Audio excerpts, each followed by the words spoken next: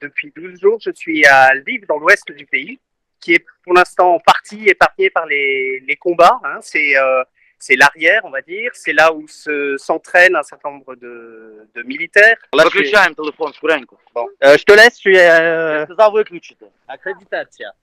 Il y a journaliste.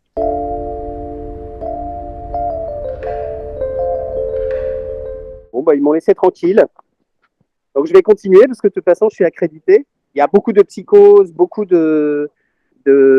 comment dire, tout le monde est un peu à cran. Et donc là, on vient de tomber sur des militaires qui effectivement se demandaient ce que j'étais en train de filmer. Voilà la gare. C'est un flux permanent de trains qui arrivent des zones de combat et qui partent pour la Pologne ou l'Europe. Petit matin, quand vous venez ici, c'est un espèce de chaos indescriptible avec des gens, beaucoup de femmes et d'enfants, parce que les hommes n'ont plus le droit de sortir du pays, ils doivent s'engager.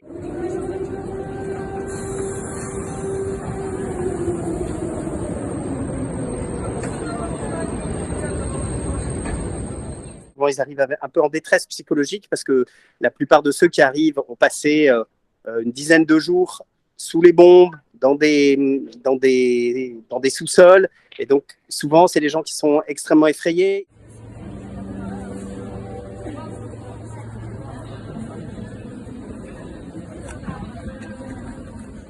La mairie estime qu'il y a 50 000 personnes qui arrivent des zones de combat pour Lviv, qui restent souvent quelques jours à Lviv, hébergés dans 400 centres, des écoles, des bâtiments publics, avant de partir vers la Pologne, vers la Roumanie ou vers l'Allemagne. Donc ça, c'est un train qui part à Cracovie. Ces réfugiés sont des gens qui ont passé 3-4 jours à Lviv et qui sont maintenant reposés, ont organisé un départ, ont souvent soit des familles, soit des gens de famille, ou etc., qui vont les accueillir.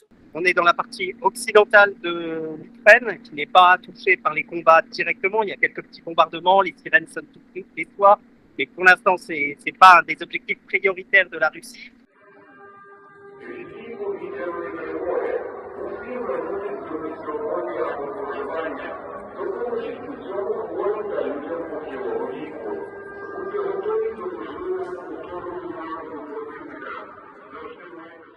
Les politiques sont restés à Kiev, mais une partie de l'administration travaille depuis Lviv et s'est organisée depuis 15 jours pour travailler ici. Et ici, ça sert un petit peu de hub humanitaire. Les médicaments sont envoyés ensuite dans les zones où les humanitaires ne vont pas parce que c'est bombardé, parce que les structures sont complètement défaillantes et complètement désorganisées par l'offensive russe. C'est une grande ville d'1,5 million d'habitants et donc il se passe beaucoup de choses. Et elle est très connectée avec la Pologne, très connectée avec la Roumanie, la Hongrie. Il y a des autoroutes, les infrastructures sont de bonne qualité.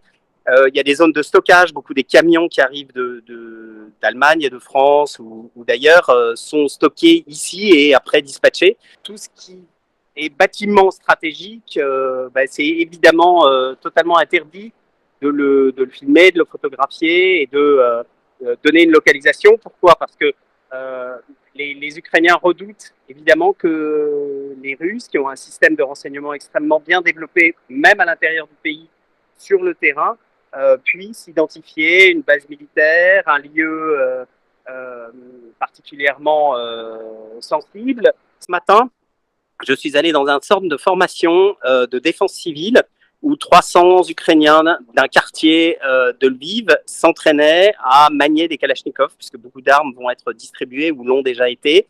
Ils apprenaient aussi les premiers secours au cas où la ville soit bombardée.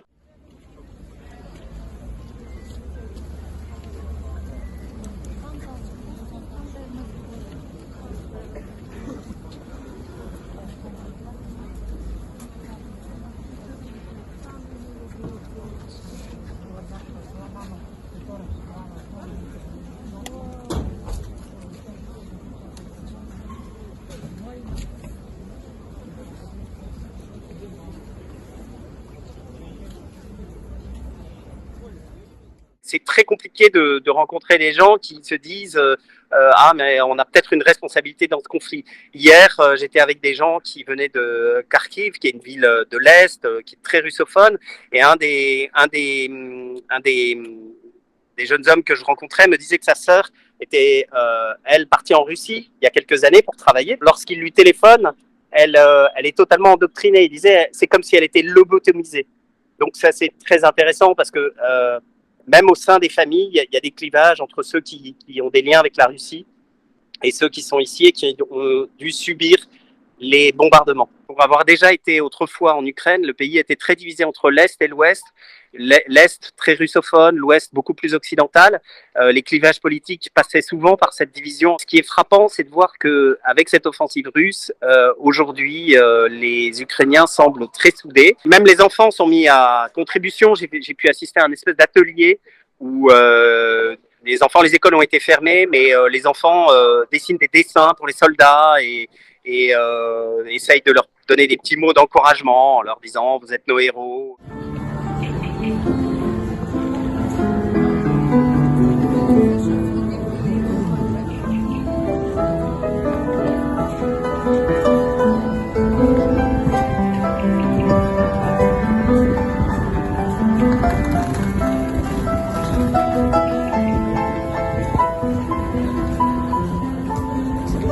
Thank you.